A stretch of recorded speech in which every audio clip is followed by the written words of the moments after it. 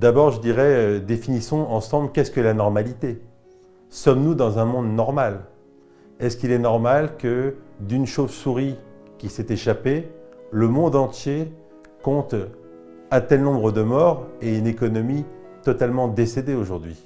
Alors les rumeurs sur la 5G, on en entend beaucoup parler. Moi, je n'ai pas lu personnellement d'études, mais on peut difficilement imaginer que toutes ces ondes soient bonnes pour le corps et pour le cerveau. On peut difficilement imaginer que quelques ondes qui passent, même déjà nos portables actuels, cela puisse être bon. Au contraire, on voit une recrudescence de cancers, malheureusement, qui peuvent éventuellement être dus à un nombre d'ondes excessives. Les gens ont besoin de trouver des héros et des anti-héros. Il y a des gens qui font polémique dans le monde entier parce qu'on a besoin quelque part de voir la lumière et de l'autre côté, on est aussi attiré par les ténèbres. Donc on cherche héros et anti-héros. Il y a de toute façon devant toute nouveauté, toute innovation, une certaine forme de peur.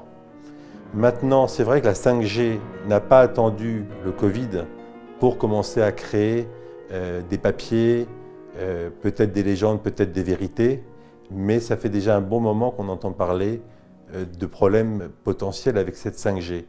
Effectivement, l'arrivée du SARS-CoV-2 n'a fait qu'amplifier toute forme de peur. Donc une personne qui craignait par exemple pour la 5G va la craindre encore plus. Mais une personne qui va craindre par exemple d'attraper une maladie ou qui a une phobie de quelque chose va voir sa propre phobie amplifiée par son niveau de stress qui monte en raison du Covid. Je vous dirais que l'équivalent de ce type de complot me rappelle tout ce qu'on peut expliquer sur les extraterrestres qui se seraient posés, des choses qui paraissent totalement incroyables.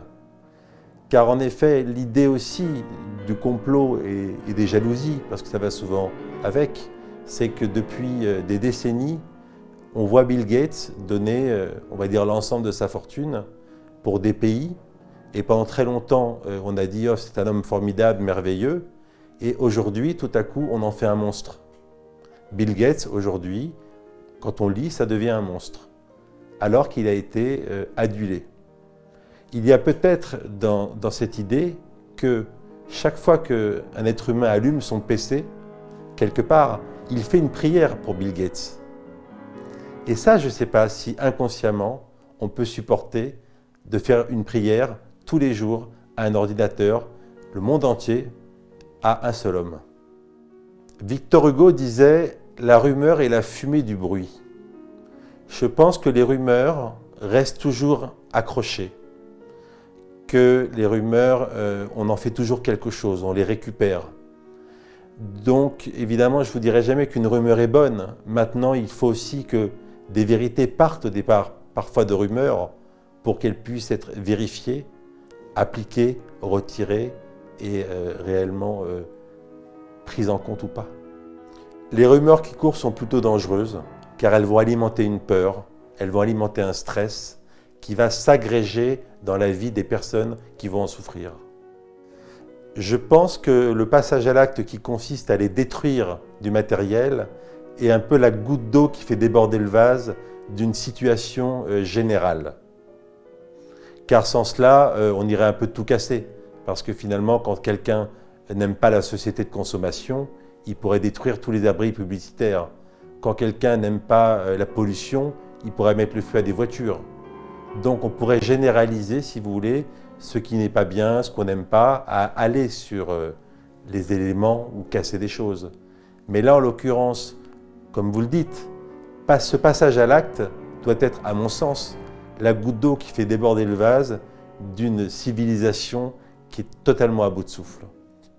Selon moi, une des motivations, parce qu'il y en a toujours plusieurs, peut être, si vous voulez, un trop-plein, c'est-à-dire qu'on est resté enfermé avec le Covid, on s'est disputé avec sa femme ou son mari, et puis tout à coup on voit quelque chose, et là il y a comme un blackout, un peu comme quand quelqu'un peut se suicider. Il y a un moment où il y a ce qu'on appelle vulgairement un pétage de plomb, et on jette l'ordinateur par terre, et on va dans la rue, et là tout est possible. Dans le cas d'une obsession, qu'elle soit tangible, valable ou pas, La seule façon, si vous voulez, de s'en distancier, c'est de travailler sur soi, ce qu'on appelle un peu la cognition, c'est-à-dire écrire par exemple qu'est-ce qui est une preuve qui va accréditer cette thèse et quelle va être une preuve qui va au contraire la disqualifier. Donc on peut très bien prendre un papier, un stylo, faire 2 cases.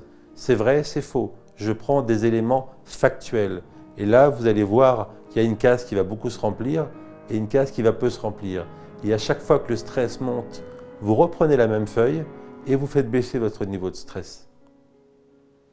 Ça, c'est, si vous voulez, pour une peur que vous avez en vous personnellement, obsessionnelle, mais ce n'est pas parce qu'elle est obsessionnelle qu'elle n'existe pas.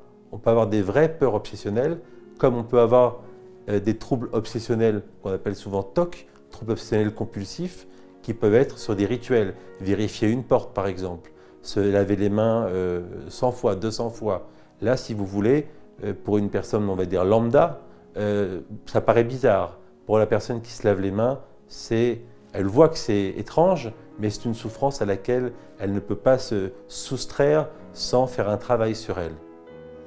D'un point de vue national, si on regarde sur un pays ou sur un continent et qu'on voit qu'une rumeur se propage, il faut commencer à chercher par où elle se propage, par quel organe elle se propage. Et une fois qu'on voit un peu là, on cherche un peu à savoir si ceux qui la propagent attendent quelque chose de ça. Est-ce qu'ils ont donné une information qu'ils ont eue ou est-ce qu'ils ont tenté un petit peu d'aiguiller l'information pour que les gens regardent d'un côté ou d'un autre? Et à ce moment-là, évidemment, c'est une discussion que peuvent avoir les pouvoirs publics, les chercheurs, les philosophes, entre eux, pour ramener un peu de leur vérité, parce que la vérité, ça c'est encore autre chose, de leur vérité pour essayer de ramener le débat, de bien le recentrer, et pour eux aussi de reprendre des éléments factuels et non pas des fantasmes ou des théories de complot.